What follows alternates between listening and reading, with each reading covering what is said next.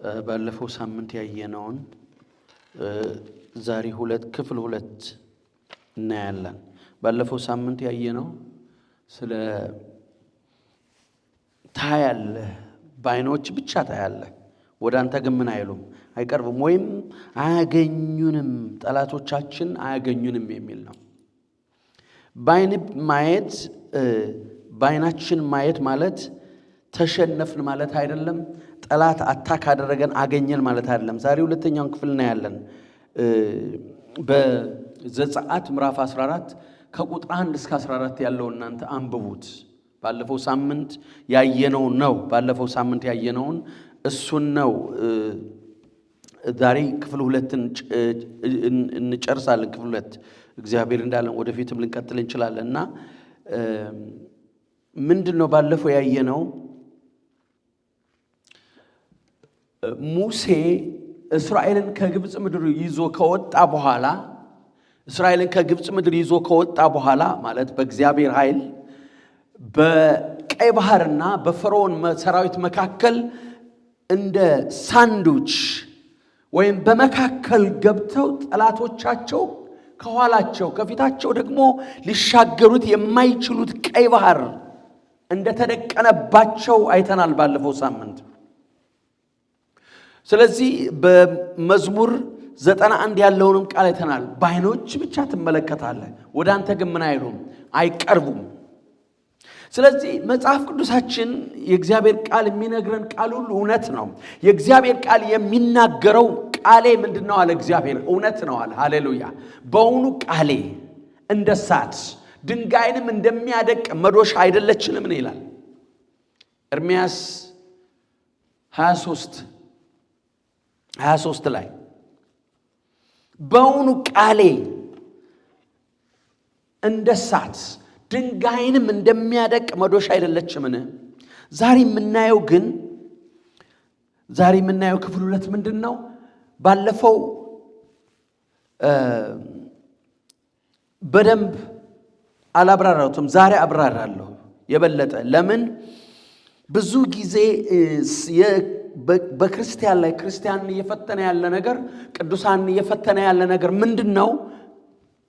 ሰው ፈተና ወደሱ ሲቀርብ፣ ችግር ወደሱ ሲመጣ፣ በአካባቢው ሲያንዣብብ ነው ያገኘን ይመስለናል፣ የዋጠን ይመስለናል። ነገር ግን የእግዚአብሔር ቃል ሲናገር ከመጽሐፍ ቅዱሳችን ከእምነት አባቶች እንደምንረዳው መጣን ማለት በዙሪያችን ዞረ ማለት ቀረበን ማለት ሁኔታውን አየነው ማለት እኛን አገኘን ማለት አይደለም።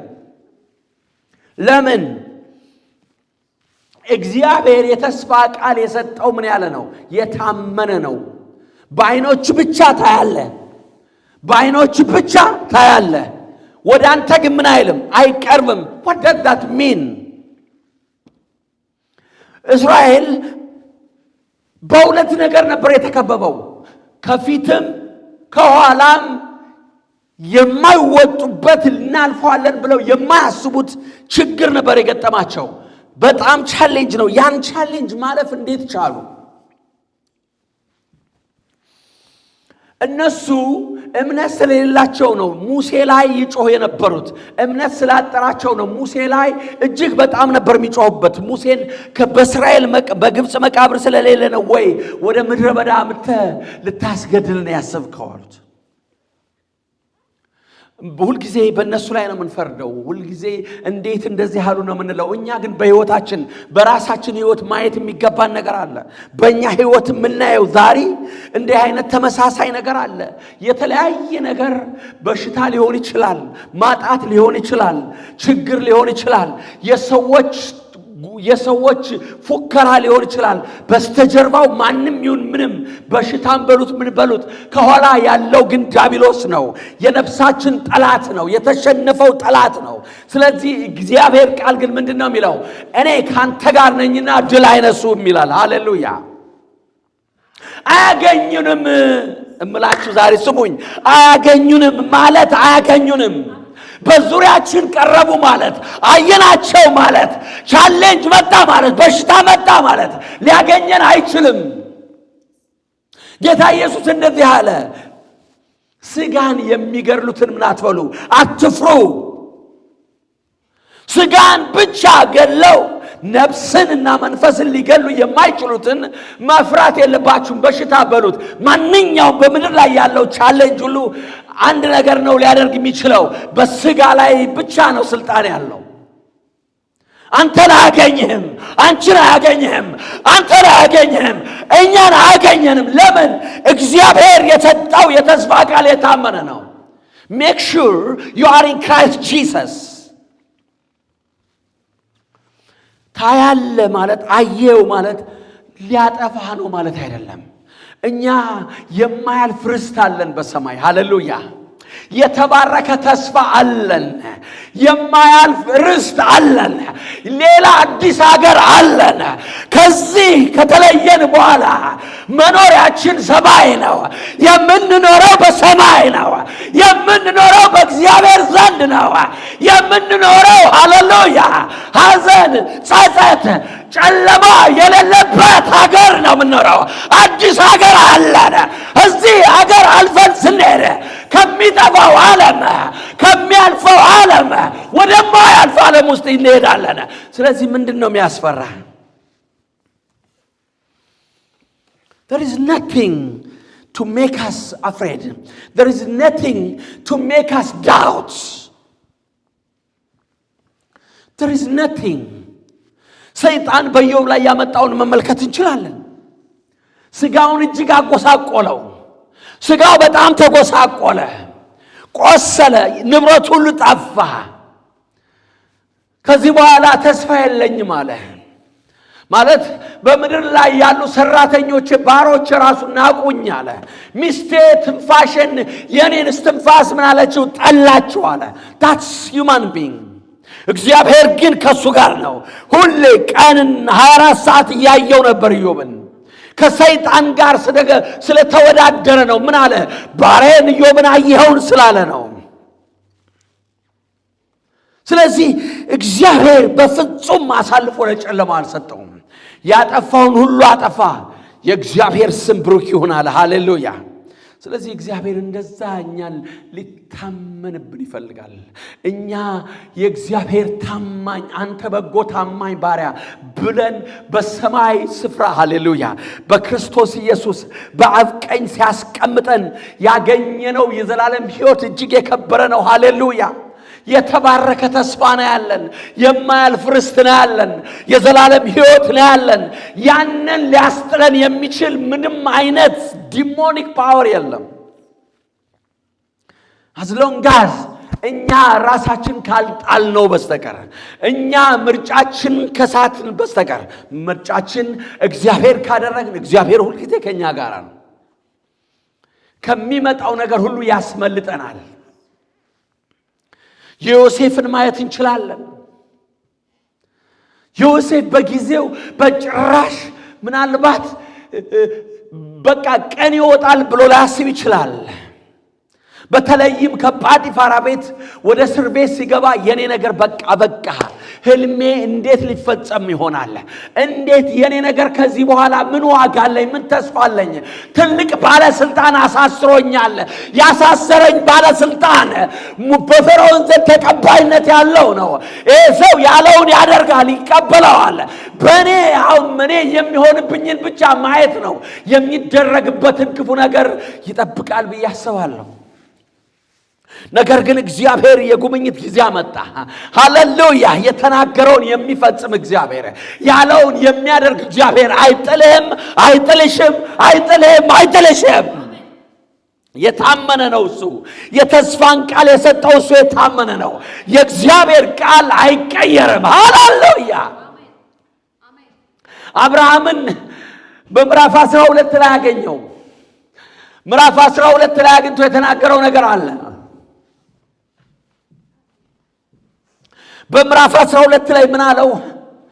ሂድ፣ ውጣ፣ እኔ ወደ ማሳይህ ሂድ። ሃሌሉያ! እኔ ወደ ማሳይህ ሂድ፣ እባርክሃለሁ። ሃሌሉያ! የሚባርኩ ምን ይሆናሉ? ይባረካሉ። የሚረግሙ የተረገሙ ይሆናሉ። በዘርህ የምድር አሕዛብ ሁሉ ይባረካሉ አለው።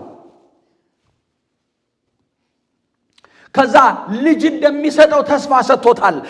ብዙ ዓመት አለፈ። ያለፈ ምዕራፍ 15 ላይ ሲደርስ አብርሃም ተስፋ መቁረጥ ጀመረ። እግዚአብሔር መጣ፣ ልጅ እሰጥሃለሁ አለው።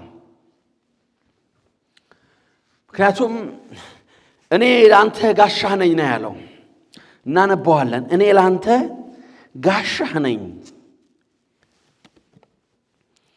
እኔ ለአንተ ጋሻ ነኝ። ዘፍጥረት ምዕራፍ 15።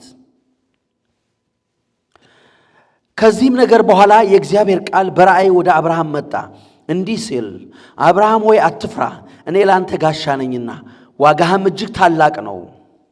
አብርሃምም አቤቱ እግዚአብሔር ሆይ ምን ትሰጠኛለህ? እኔም ያለ ልጅ እሄዳለሁ። የቤቴ መጋቢ የደማስቆ ሰው ይህ ኤሌዘር ነው አለ።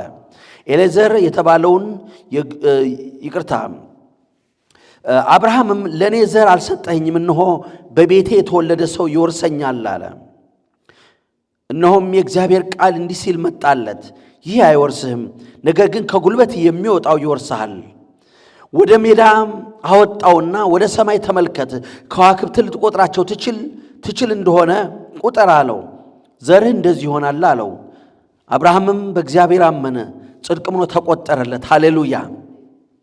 ምዕራፍ 16 ላይ ስንሄድ ሌላ ነገር ነው የምናየው። የአብርሃም ሚስት ሶራ ግን ለአብርሃም ልጅ አልወለደችለትም ነበር። ስሟ አጋር የተባለ የግብፃዊት ባሪያም ነበረቻት።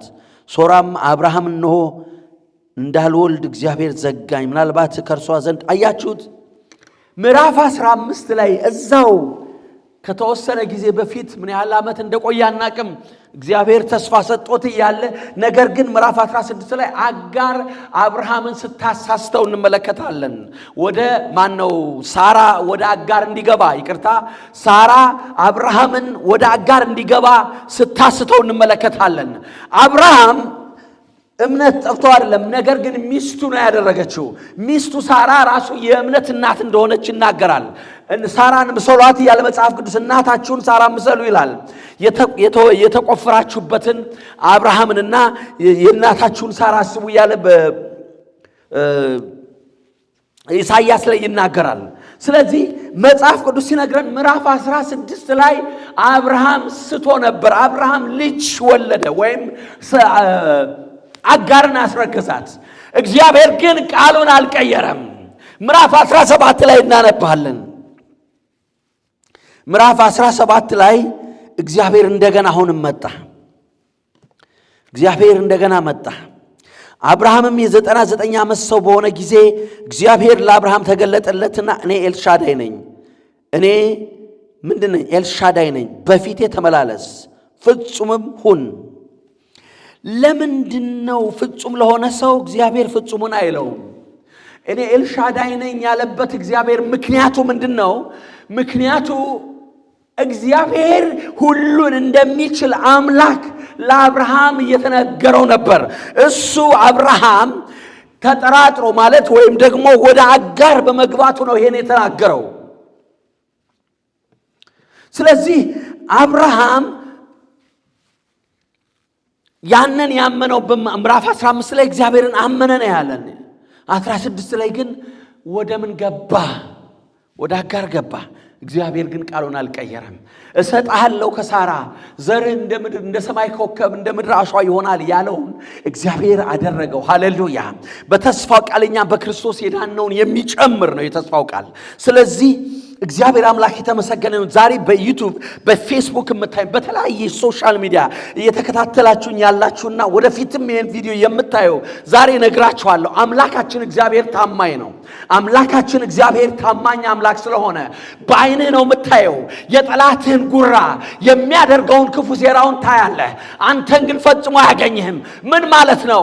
በስጋ እንኳን የሆነ ነገር ቢሆን ሌላ ሀገር አለ የምትኖርበት። ስለዚህ there is nothing to make you worry, because God is a trustworthy. He is almighty. እንደሱ አይነት አምላክ የለም። የታመነ አምላክ ነው። ለአብርሃም የሰጠውን ተስፋ ከፈጸመ ለኔና ለእናንተ መፈጸም ይችላል እግዚአብሔር። እሱ የታመነ አምላክ ነው። ሃሌሉያ። ዳንኤል ወደ አንበሳ ጉድጓድ ተጣለ። ፈተና መጥቷል። ከአንበሳ ጉድጓድ ወደ አንበሳ ጉድጓድ ከመጣል የሚበልጥ ነገር የለም። ወደ ጉድጓድ ውስጥ ገብቷል። ጠላቶቹን እያያቸው ነው። አንበሳውን እያየው ነው። ሃሌሉያ። በላተኛውን እያየው ነው። ነገር ግን ልዑል አምላክ ከሱ ጋር ስለሆነ አንበሳ አፉን መክፈት አልቻለም። ትራስ ተንተርሶተኛ። ሃሌሉያ። ዋይ God is a trustworthy እግዚአብሔር ሕያው አምላክ ነው። አምላካችን የታመነ አምላክ ነው። ያለና የሚኖር እሱ ነው። ሃሌሉያ። ስለዚህ ዛሬ የምታያቸውን ግብፃውያን ለዘላለም አታያቸውም ሲል እግዚአብሔር፣ እነሱ ግን ስቲል ፍርሃታቸው አለቀቃቸውም ነበር። ለምን? እግዚአብሔርን ማመን በጣም ከበዳቸው ሰዎች ስለሆኑ።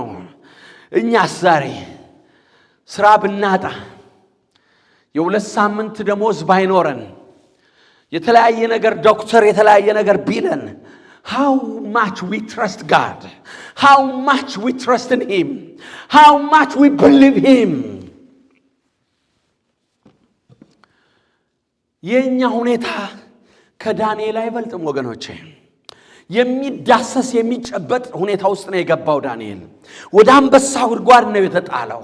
እግዚአብሔር እየተናገረ ያለው ቃል እውነት ነው። አምላኬ አለ። ሃሌሉያ። የአንበሶችን አፍ ዘጋ። ምን ብሎ? መላእክቱን ልኮ የአንበሳውን አፍ ዘጋ። ዛሬ አንተንም የሚገዳደርህን እንደ አንበሳ አፉን የሚከፍተውን ጠላትን ይዘጋው አለ። ጠላት ያሰበው በአንተ ላይ አይሆንም። ጠላት ያቀደው አይሆንም። እግዚአብሔር የፈቀደው ብቻ ይሆናል። ማንም ሰው በምድር ላይ የሚኖር የለም። ማንም ሰው በምድር ላይ ለዘላለም አይኖርም። ወይም በስጋ በምድር አንኖርም። ምድራዊ አገራችን ጊዜያዊ ነው፣ የሚያልፍ ነው። እኛ ሰማያዊ አገር አለን፣ የማያልፍ አገር አለን፣ የማይጠፋ ርስት አለን፣ የማይጠፋ አገር አለን፣ የማይጠፋ መንግስት አለን።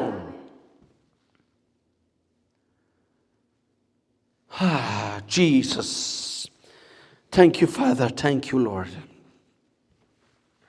thank you Lord, thank you Father, thank you Lord. እናመሰግናለን፣ እናመሰግነዋለን ጌታን። እንዲህ አይነት ታማኝ አምላክ አለን፣ እንዲህ አይነት ታማኝ አምላክ አለን። እግዚአብሔር አምላካችን ስለሆነ እግዚአብሔር እናመሰግነዋለን። እግዚአብሔር አባታችን ስለሆነ እግዚአብሔር እናመሰግነዋለን። ስለዚህ እግዚአብሔር እያለን ያለው እኔ ታማኝ አምላክ ነው። ታማኝ ምንድነኝ? አምላክ ነኝ። አምላክ ስለሆንኩ ሃሌሉያ። ዳንኤልን ካዳነው አንተን ያድናል።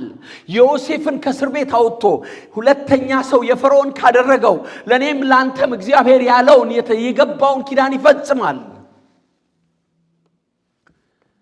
ምንም ለእግዚአብሔር የሚያቅተው ነገር የለም። There is nothing God he cannot do. ሃሌሉያ። ምንም እግዚአብሔርን የሚያቅተው ነገር የለም። በሰማይና በምድር ድንቅና ታምራትን የሚያደርግ አምላክ ነው። እርሱ ዘላለማዊ አምላክ ነው። እርሱ ኤልሻዳይ ነው። ስለዚህ በዓይንህ ታያለህ፣ ወደ አንተ ግን አይቀርብም። የኃጥአን ብድራት ታያለህ፣ መቅሰፍት ወደ ቤት አይገባም። What does that mean? ዳንኤል ፈተናው ጨለማው ያመጣው ፈተና ወደ ጉድጓድ እስኪጥል ድረስ አላደረገውም። አዎ አደረገው። ነገር ግን በዛ ውስጥ እግዚአብሔር አምላክ ከበረ እንጂ ዳንኤልን አንበሶች አልበሉትም። እነ ሲድራቅ ሚሳቅ አብድናጎን የመጣባቸው ፈተና ነበር። እያዩት ነበር፣ እያሸተቱት ነበር፣ እያዩት ነበር፣ በጆሮአቸው እየሰሙት ነበር፣ በእጃቸው እየዳሰሱት ነበር። ወደ እሳት ውስጥ ነው የገቡት። ግን የልብሳቸው ሰናፊል ማለት የልብሳቸው ዘርፉ ወይም ልብሳቸው እንኳን የእሳት ሽታ አልነበረውም። ሃሌሉያ። ምክንያቱም የእሳቱን ኃይል የሚያጠፋ የእግዚአብሔር ልጅ ኢየሱስ ከነሱ ጋር ነበረ። ስለዚህ ፈርዖንን ቀይ ባህር እንዳስቀረው እስከ ሰራዊቱ እስራኤል ግን በደረቅ ምድር እንደተሻገሩ ዛሬ በፊታችን የቆሙት ሁሉ እየወደቁ እናልፋለን እንጂ የምንፈራው ነገር ወይም መፍራት የለብንም። ይሆናል አሁን እኔ በቃ እጠፋለሁ እያልከው ያልሽው ያለው ነገር ሁሉ አያገኝህም። እግዚአብሔር ካንተ ጋራ ነው። አንተ ከእግዚአብሔር ጋር ሆን እንጂ እርሱ ሁል ጊዜ ካንተ ጋራ ነው። ባታምን ሳታምን እንኳን ካንተ ጋራ ነው። በጌታ ያልሆናችሁ ካላችሁ ይህንን መልእክት የእግዚአብሔር ቃል የምትሰሙ ጌታ ኢየሱስ ካሌላችሁ ተስፋ የላችሁም ነግራችኋለሁ። የአዳኙ ጌታ እንደ ግል አዳኛችሁ አድርጋችሁ ካልተቀበላችሁት፣ ኢየሱስን እንደ አዳኝ፣ እንደ አባት፣ እንደ እረኛ አድርጋችሁ ካልተቀበላችሁት፣ ንስሐ ካልገባችሁ መጽሐፍ ቅዱስ ሲናገር ሌላ ነገር የለም። በሰማይም በምድር የሚያድን ኢየሱስ ነው። ተስፋ ኢየሱስ ነው። መዳን በሌላ በማንም የለም። ከሰማይ በታች እንድንበት ዘንድ የተሰጠ ስም ሌላ የለም። የሐዋርያት ሥራ ምዕራፍ 4 ቁጥር 12 ላይ እንደዚህ ይላል። ዮሐንስ ወንጌል 3:16 ላይ በእርሱ የሚያምን ሁሉ የዘላለም ሕይወት እንዲኖረው እንጂ እንዳይጠፋ እግዚአብሔር አንድያ ልጁን እስኪሰጥ ድረስ ዓለሙን እንዲሁ ወዷልና ዓለም በልጁ እንዲድን እንጂ እንዲፈረድበት አላከውም ይላል። ስለዚህ ካላመንክ እኔ የምናገረው ቃል ላንተ አይሰራም። ዳግም መወለድ አለብህ። ዳግም ስትወለድ አሁን የተናገርኩት ተስፋ ያገኛል። ጠላት ወደ አንተ ይመጣል። የተለያየ ነገር ወደ አንተ ቢመጣ አንተን ይፕሩቭ ያደርጋል፣ ወደ እግዚአብሔር ያቀርብሃል፣ ሕይወትህን ይለውጠዋል እንጂ እንደ ኢዮብ እግዚአብሔር መስማትንስ በጆሮዬ ሰምቼ ነበረ፣ አሁን ግን ምን አለ? ዓይኖቼ አዩ። በጆሮዬ ነው የሰማው። እግዚአብሔር መልካም ነው ሲሉ፣ እግዚአብሔር ሁሉን ቻይ ነው ሲሉ፣ ሁሉን ታደርግ ዘንድ ቻይ እንደሆን ከሐሳብ የሚከለከል ዘንድ ከቶ እንደማይቻል አወቅኩ አለ። ለምን? አየው በዓይኑ እግዚአብሔርን። ሃሌሉያ። ስለዚህ መዳን ያስፈልግሃል፣ ያስፈልግሻል። በክርስቶስ ኢየሱስ አምነህ መዳን ያስፈልግሃል። ሌላ ዳኝ የለም። ስላንተ የሞተልህ መልአክ የለም። ስላንተ የሞተልህ ቅዱሳን የለም።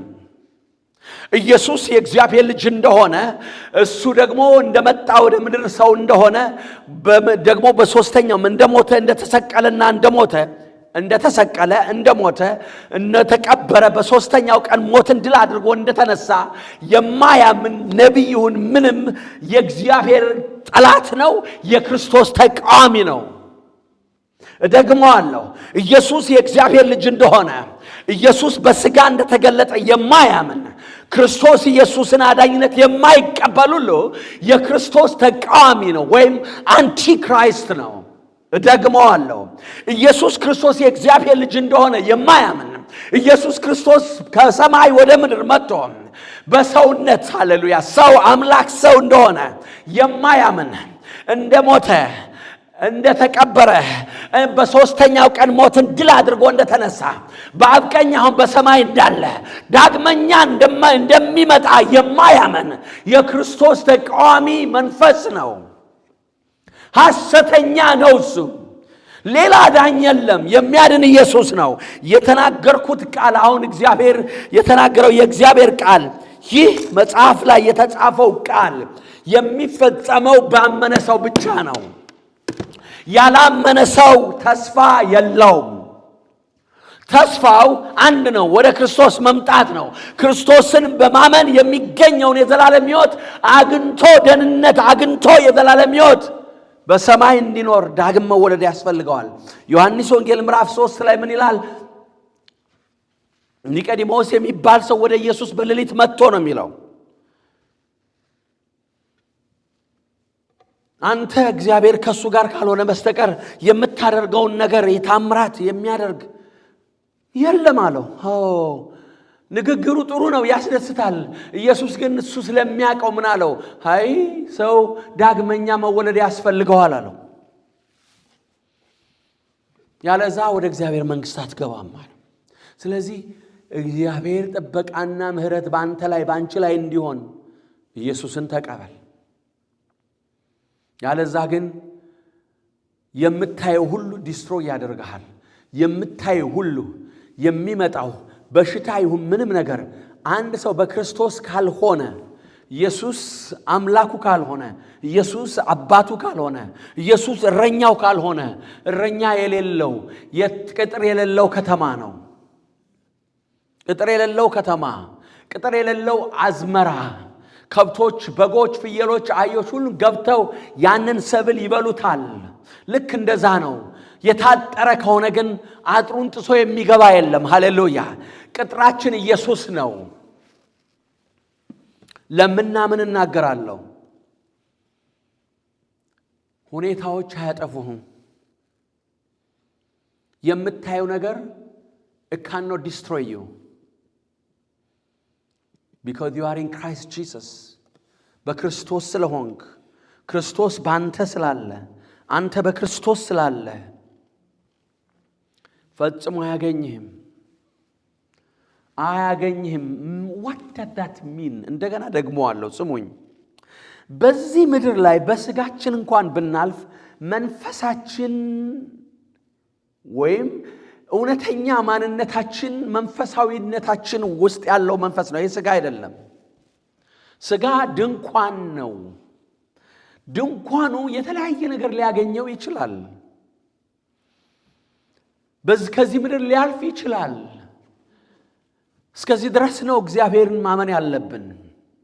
ነገር ግን የዘላለም ሕይወት ስላለን፣ የማይጠፋ ርስት ስላለን፣ የማያልፍ አገር፣ የማያልፍ ርስት ስላለን ያ ነው የእግዚአብሔር ቃል የሚናገረው። it cannot destroy us. why? because of the promise of God. ከጄ የገቡትን ማንም ከጄ አያወጣቸውም። ሃሌሉያ! አብ የሰጠኝን ወደ ውጭ አላወጣቸውም። እነሆ የሚጠብቅህ ምን አይልም? አይተኛም። እስራኤልን የሚጠብቅ አይተኛም፣ አንቀላፋም። እግዚአብሔር ይጠብቅሃል። እግዚአብሔር በቀኝ እጅ በኩል ይጋርድሃል። ፀሐይ በቀን አያቃጥልህም፣ በሌሊት ጨረቃ። ሃሌሉያ! ከዛሬ ጀምሮ እስከ ዘላለም ድረስ እግዚአብሔር መውጣትና መግባትህን ምን ይላል? ይጠብቃል። this is the promise of God. እስራኤል በማጉረምረማቸው ምድረ በዳ ቀሩ እንጂ ያመኑ ኢያሱና ካሌብ ግን ወደ ተስፋዋ ምድር ገብተዋል። ወደ ተስፋዋ ምድር ገብተዋል። ስለዚህ ስናምን እነሱ በስጋ ነው ወደ ተስፋው ምድር ያልገቡት። ሕይወታቸው ግን ወደ እግዚአብሔር መንግሥት ሊገባ ይችላል። እግዚአብሔር ከአብርሃም የተነሳ የገባው ተስፋ ስላለ፣